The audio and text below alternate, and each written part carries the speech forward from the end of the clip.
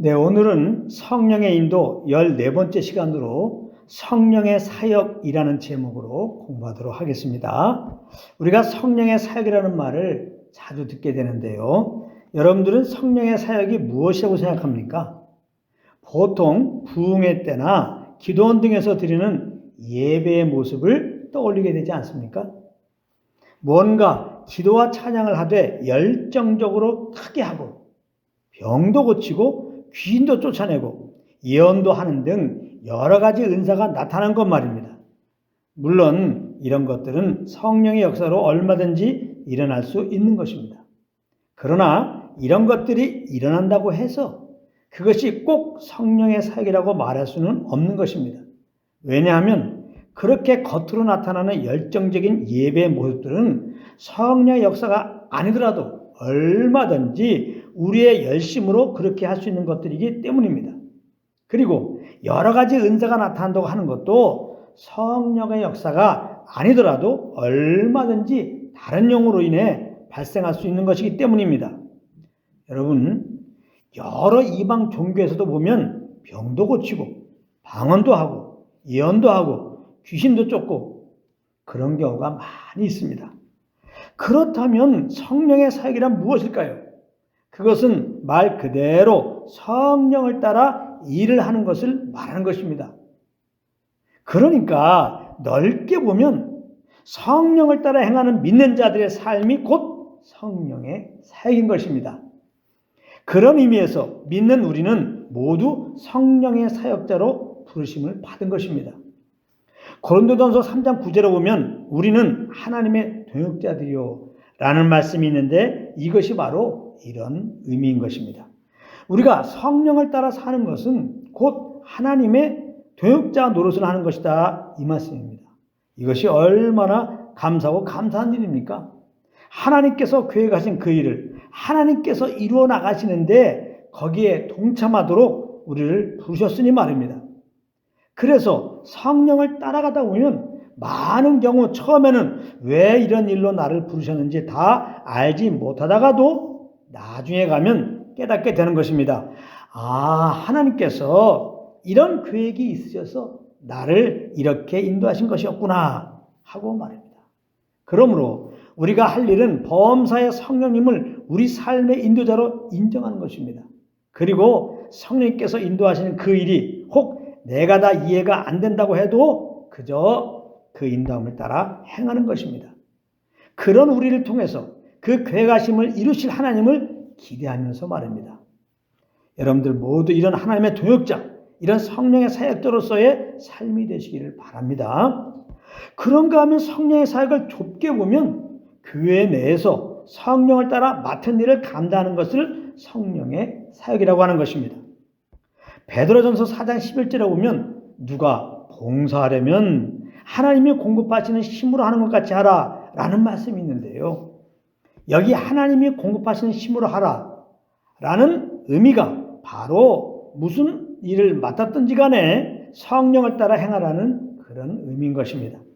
이렇게 성령을 따라 맡은 일을 감당하는 것을 성령의 사역이라고 하는데요.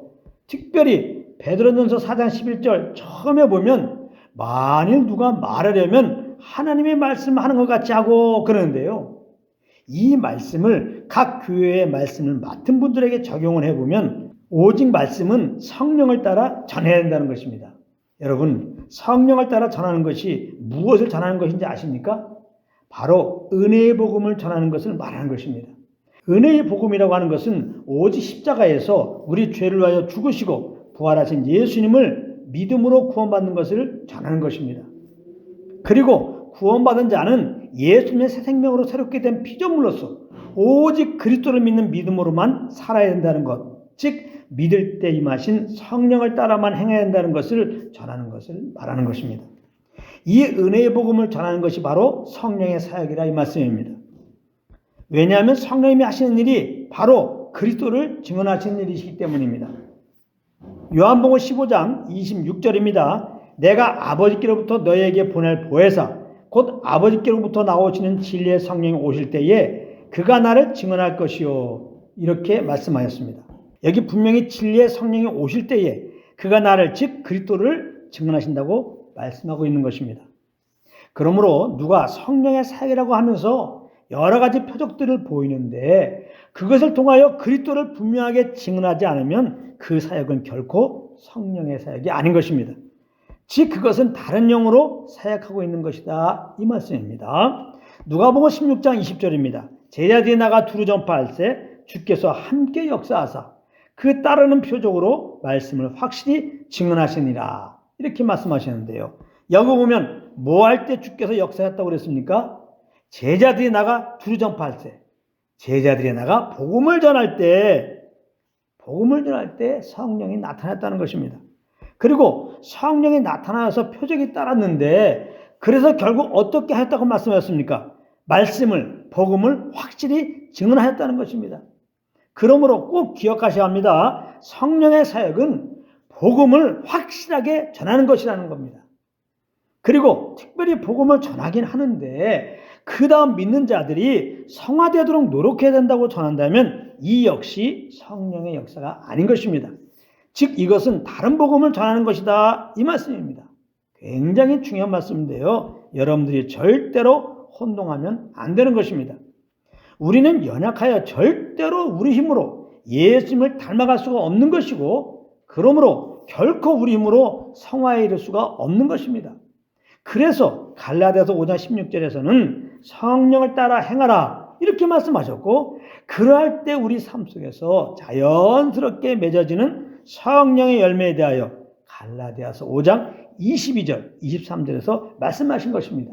성령의 열매는 우리가 성령께 순복하며 살 때 자연스럽게 맺혀지는 열매이지 우리의 힘과 노력으로 맺혀지는 열매가 아닌 것입니다. 그러므로 이제부터 자꾸 내가 똑바로 살려고 성화되려고 노력하지 말고 그저 우리 안에 계신 성령님을 우리 삶의 인도자로 인정하고 그 인도함을 따라 복음을 확실히 증거하고 말하고 일하는 참 성령의 사역자들이 되시기를 우리 주 예수 그리스도 이름으로 축원합니다.